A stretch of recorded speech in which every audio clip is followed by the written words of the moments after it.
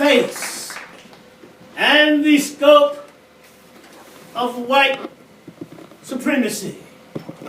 And the authors, here's what they say: that white supremacy is an historically based, institutionally perpetuated system of exploitation and oppression of continents, nations, people of color by white peoples and nations of the European continent for the purpose of maintaining and defending a system of wealth, power, and privilege. There was a lot in that statement, Brother Talut. Help us out here. What are these authors saying? What they're saying is actually true, without a doubt. The white supremacist idea has been around for more than 6,000 years. The creation of the idea was to create an environment where the European people can spread around the world in conquest of the world. Mm-hmm.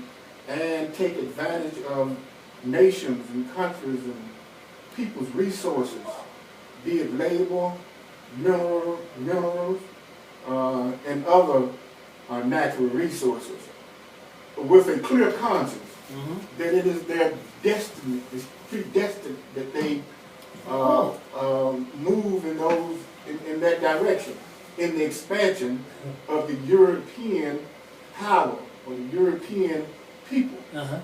Remember, most of us know that they primarily were concentrated in Europe, and in fact they thought the world was flat initially, right? So they were like imprisoned in Europe in ignorance. Yes. But for them to move from their natural environment of Europe into the world, the concept of white supremacy became the instrument of power. You say the concept of white supremacy. And you also said something else. You said manifest destiny. Yes. Is this manifest destiny one of the concepts and ideals that this group of people we are talking about feel and think and act out, that is solely theirs and no one else's?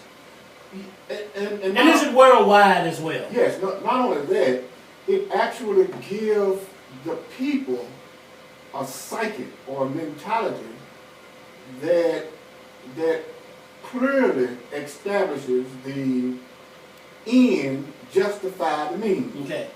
Okay, and also that there is no higher moral power in the world than theirs. Okay, they make the decisions about life and death around the world. Okay, so in their minds, is white supremacy, meaning reign supreme, is it God? In their mind, it's somewhat like God. Oh, it's somewhat like God. Yes. And, on this earth. On this earth, right? On this earth, yes. Well, let's go a little further. God. Perhaps there are those who think that white supremacy is God, or the equivalent to? Yes, absolutely. Okay. No question about it. Well, let me ask a follow-up question. Is white supremacy the culmination of prejudice, discrimination, and racism? No, white supremacy, does it encompass? It's a lot deeper than that. Okay, come on. Okay, white supremacy again is a mentality. It's real. Okay, it's a mindset that embodies a physical people. Okay, the concept or the idea is everything that the world has to offer belongs to them. Okay. Okay. It's theirs. Okay. It's just a matter of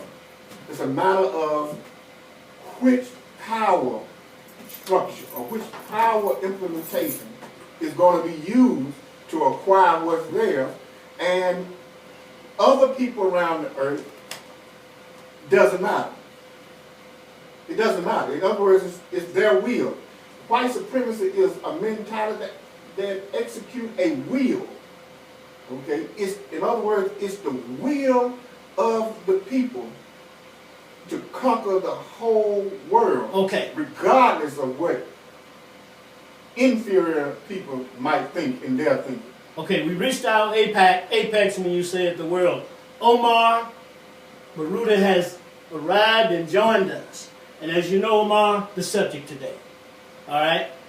Let's go to a word known as white. In the office here, here's what they say. Give me your take on it. They say white, as in white people. The term white, referring to people, was created by Virginia slave owners and colonial rulers in the 17th century. It replaced terms like Christian and Englishman to distinguish European colonists from Africans and indigenous peoples. European colonial powers established white as a legal concept after Bacon's rebellion in 1676, during which indentured servants of European and African descent had united against the colonial elite. The legal distinction of white separated the servant class on the basis of skin color and continental origin. The creation of white meant giving privileges to some while denying them to others with the justification of biological and social inferiority. Margot Adair and Sharon Powell, The Subjective Side of Politics, SF 1988, page 17.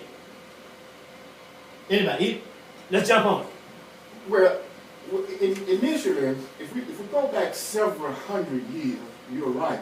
People were not identified by a color such as white, except in religious circles of Islam, white is depicted as the color of one's soul. Okay, and black also meaning that one's soul is dark and corrupt. Okay, white, pure. The skin color, the color of the quote-unquote white man today in Africa, in North Africa specifically, was red. He was the red man. Okay, you're right. There was no concept of a white-skinned person. Okay. And there were in North Africa, there were the idea of skin color was irrelevant, but a very important part of this is that the darker a person's skin was, the more beautiful the person was. Okay. And white supremacy and racism reversed that to the point whereby the lighter the person's skin is, the more beautiful they are. Okay. Omar, I hear him saying that race was and continues to be a social construction. And there's a lot we can say about this social construction. And I see that you needed a minute there to get all of those eloquent thoughts together. Continue. As I see it, white supremacy has invaded the entire earth. In Africa, in terms of beauty products, they have bleaching creams. The Africans are trying to bleach not just their face, but their whole body to look like white people. Okay. In China, you have Chinese women trying to take the sun out of their eyes so they can look more like white women. Okay. Everywhere you go on the earth, everybody wants to look white because of the construct of white supremacy. Now you have white people, especially white women, back during slavery and today, who say that the ideal man is tall, dark, and handsome, not tall, white, and handsome. Okay. And you find white people going to the beach, taking a chance on getting skin cancer, trying to get some color in their skin because they know there's something wrong with them. Yes. And they know that everybody on earth got a little color except them. They know that, but then they propagate white supremacy, not just in the dialogue, but through everything they do. I think that substantiates what we're saying, because I've seen some white women on TV talking about how they like dark skin and how they like black men.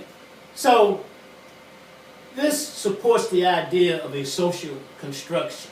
It supports the idea that a group of people, a group of men like Johann Blumenbach with this one-drop rule, to build some kind of superiority concept ideas for white people.